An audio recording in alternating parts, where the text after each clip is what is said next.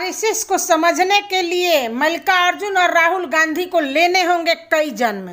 नमस्कार, time facts news में आपका स्वागत है। मैं हूं प्रतिमा भारद्वाज और आप देख रहे हैं time facts news.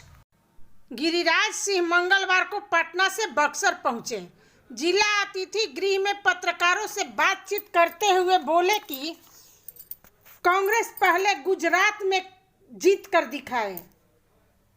Rahul Gandhi टिप्पणी करने लायक पत्रकारों ने जब गिरिराज सिंह से नीतीश कुमार के हर घर गंगा जल योजना पर पूछा तो गिरिराज सिंह ने कहा कि नीतीश के राज में चूहे भी शराबी हो गए हैं।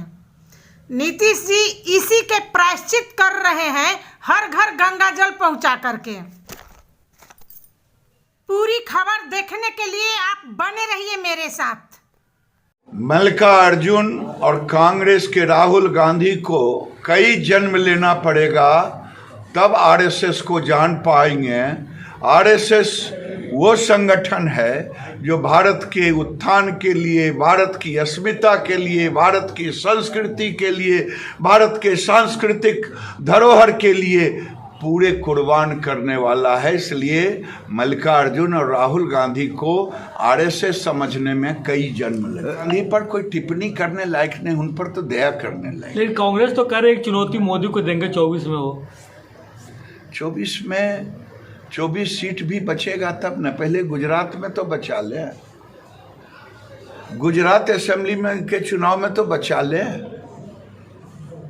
जो 79 सीट लाए थे कि 77 सीट, उतना तो ले आए। देखिए, जो आदमी मोदी का विरोध करते करते देश का विरोध करने लगे, जो पार्टी, आज देश की स्थिति यही हो गई है। मोदी जी का विरोध करते करते राहुल गांधी देश का विरोध कर रहा है। मोदी जी आज जो कर रहे हैं, पता नहीं आप हमारी बात को दिखा पाएंगे कि नहीं। जिस धरती पर बैठा हूँ, राष्ट्रकवि दिनकर ने, जिस समय जनसंघ बीजेपी की पैदाइश नहीं हुई थी, उन्होंने एक कविता लिखा था, एक हाथ में कमल लिए, एक हाथ में धर्म दीप्त विज्ञान लेकर उठने वाला है इस धरती पर इंसान। ये एक अवतारित पुरुष है। भारत के सांस्कृतिक उत्थान और भारत का भौतिक उत्थान दोनों को साथ लेकर के विज्ञान और धर्म को आज दुनिया में नरेंद्र मोदी एक तरह से भारत का ध्वज फहराने का काम कर रहा है।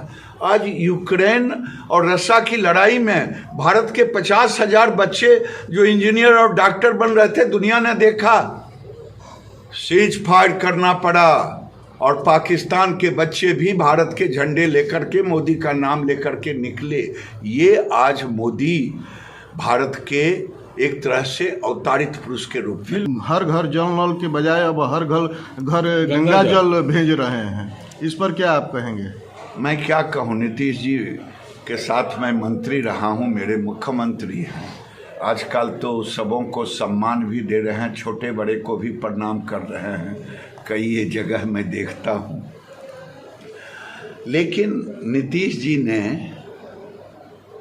गंगा जल पहुँचाया है गया में और नालंदा में, शायद नवादा भी कह रहे हैं। मैं उससे दुखित नहीं हूँ, खुश हूँ, कम से कम गंगा जल पहुँचा रहे हैं। लेकिन हर इंसान को प्रायश्चित करने का अधिकार है। नीतीश जी भी प्रायश्चित कर रहे हैं। हर घर तो शराब पहुंचा दिए, चूहा तक को शराबी बना दिए, गांव गांव में शराब पहुंचा दिए। अब उसका प्रायश्चित कर रहे हैं गंगा जल पहुंचा करके। गंगा जल प्रायश्चित करें, लेकिन प्रायश्चित कर नहीं पाएंगे कि जितना बड़ा अपराध उन्होंने की है। बिहार में हर घर नल जल बना है। अगर हिम्मत है तो थर्ड पार्टी सर्वे करा दे, नल जल की स्थिति क्या है। बक्सर जिले में भी करा ले, मैं बक्सर में बैठा हूँ।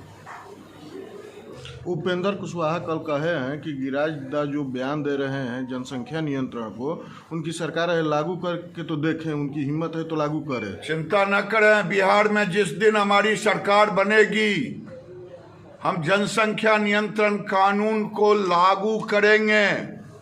आज हमें जरूरत है विकास के लिए, अगर बिहार में विकास करना है तो जनसंख्या नियंत्रण लागू करना होगा। देश के अंदर में बिहार उन राज्यों में से आता है जहां फर्टिलिटी रेशियो सब अधिक है।